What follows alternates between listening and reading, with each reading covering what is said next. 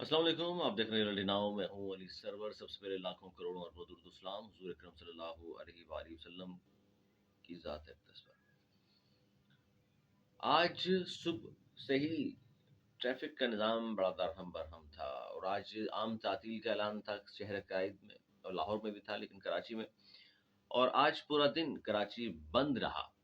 पूरा दिन से मुराद दोपहर 2 बजे से, जबकि कहा यह गया था कि दोपहर 2 से शाम 5 बजे तक बंद रहेगा। और वो भी बंद पूरा शहर नहीं, चंद शाहराएँ कहा गया, शाहराए फैसल और दीगर, कि ये बंद होंगी, मुतबादिल रूट्स का इस्तेमाल किया जाए, मुतबादिल शाहराएँ और सड़कें इस्तेमाल की जाएँ। वजह ये थी कि इस्लामी जमहूरिया ईरान के सदर इब्राहिम रईसी साहब, इज़्ज़त-माब इब्राहिम रईसी साहब तशरीफ़ ला रहे थे और बहुत अरसे के बाद कराची में कोई सरबराह ममलिकत तशरीफ़ ला रहा था और ज़ाहिर है मेहमान और ख़ास तौर पर इस लेवल का, ज़ाहिर है सर आँखों पर। और वो आए तो हुआ ये कि जी शाहराए फैसल और दीगर अहम जो शाहराएँ बंद की गई थीं, तो हुआ ये कि वहाँ 2 से 5 के बजाय फिर मामला चला गया बहुत आगे। जी। और 10 बजे तक ये शाहराएँ बंद थीं, उसके बाद खुलना शुरू हुईं। अब लोगों को बहुत परेशानी, मरीज़ ले जाने वालों को बहुत परेशानी, अज़ियत का सामना। और लोग ज़ाहिर है तरह-तरह की बातें कर रहे थे, लेकिन चूँकि दूसरी तरफ एक और चीज़ ये देख लीजिए, एक तो ये मेहमान थे और मेहमान भी कौन? ईरान के, इस्लामी जमहूरिया ईरान के सदर इब्राहिम रईसी साहब। और ऐसे मौके पर वो पाकिस्तान तशरीफ़ लाए कि जब फ़लस्तीन और इज़राइल नहीं, बल्कि इसराइल का ईरान के साथ जो मामला, जो जंग चल रही है, जो हमले हो रहे हैं, वो भी हमारे सामने है।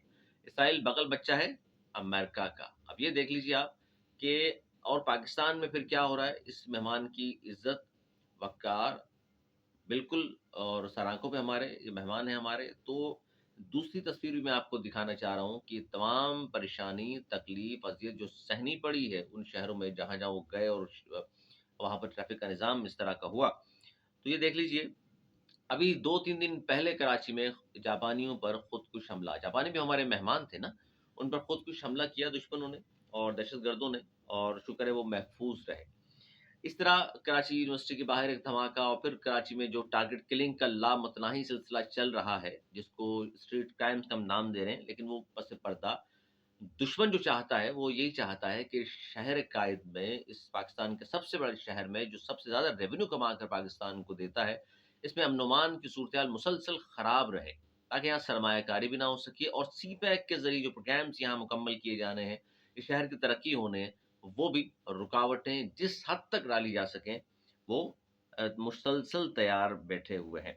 तो अब आए हुए थे आज, जब इस्लामी जमहूरिया ईरान के सदर डॉक्टर इब्राहिम रईसी जनाब, तो अमेरिका, इसराइल और इन सब के जो गुमगाश्ते हैं, गुमाश्ते जो हैं, वो इंडिया की शक्ल में हों उनके या अफ़गानिस्तान, इन दोनों के ज़रिए वो यहाँ खुदा न ख़ास्ता कोई इस तरह की वारदात करने में, कोई दहशतगर्दी करने में, कोई साज़िश करने में खुदा न ख़ास्ता कामयाब ना भी होते, छोटा-मोटा कोई वाक़या ही हो जाता, तो ये पाकिस्तान पर जो तैयार बैठे हुए हैं लोग सैंक्शंस लगाने के लिए, जो मुसलसल पाकिस्तान को परेशान कर रहे हैं।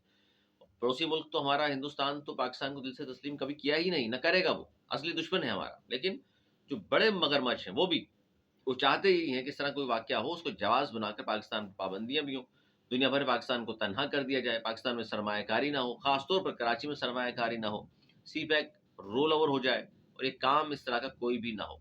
तो ये छोटी-छोटी परेशानियाँ मुझे, आपको जो तकलीफ़ पहुँचती है, इनको पाकिस्तान के सब वसीतर पाकिस्तान के मफ़ादात में, क्योंकि सबसे पहले पाकिस्तान है तो हम हैं, तो इनको बर्दाश्त कर लिया जाना चाहिए और हम सब इस बात पर मुत्तफ़िक भी हैं और बिल्कुल हम समझते हैं, इज़्ज़त-माब जब तशरीफ़ लाए हैं हमारे मेहमान यहाँ, तो चंद घंटों के लिए जो शहर की बहुत सारी शाहराएँ बंद थीं, तो कोई बात नहीं।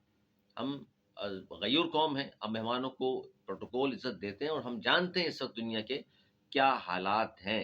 इससे जुड़ी दूसरी खबर जो मैं आपको बता रहा हूँ बार-बार, सी-पैक के पीछे असल में खान साहब जब हुकूमत में आए थे, बेसिकली मेरा तो मुझे ये लगता है, बहुत सारे और भी लोगों को लगता होगा, वो आए सी-पैक को रोल ओवर करने के लिए थे। सी-पैक का काम रोक दिया उन्होंने, जिस तरह सी-पैक के हवाले से उन्होंने कहा।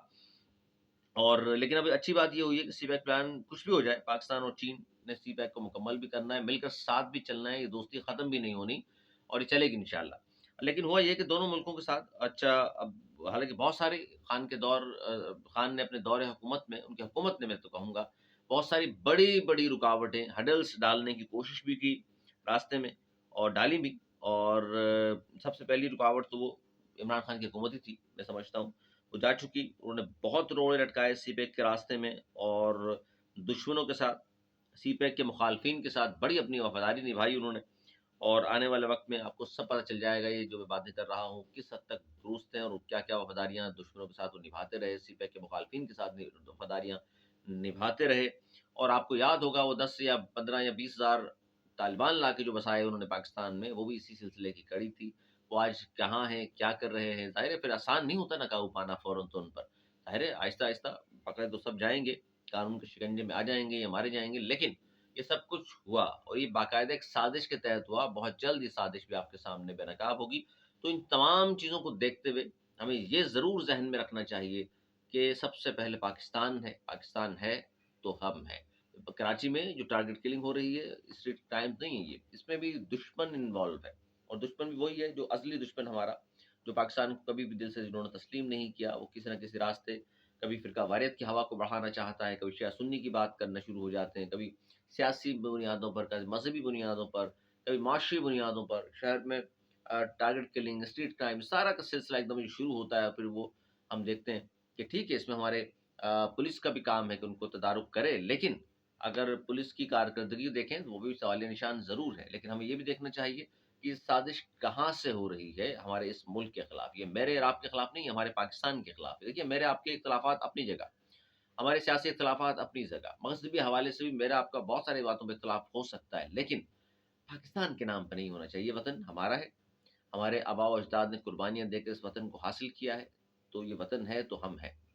جب ہم اس وطن کے لیے جان قربان کرنے کے لیے ہر وقت تیار رہتے ہیں، دریغ نہیں کرتے، تو پھر چند گھنٹوں کی پریشانیاں ہمارا کچھ نہیں کر سکتی، کیونکہ ہمارے مہمان ہیں، اکثر آنکھوں پر ہے.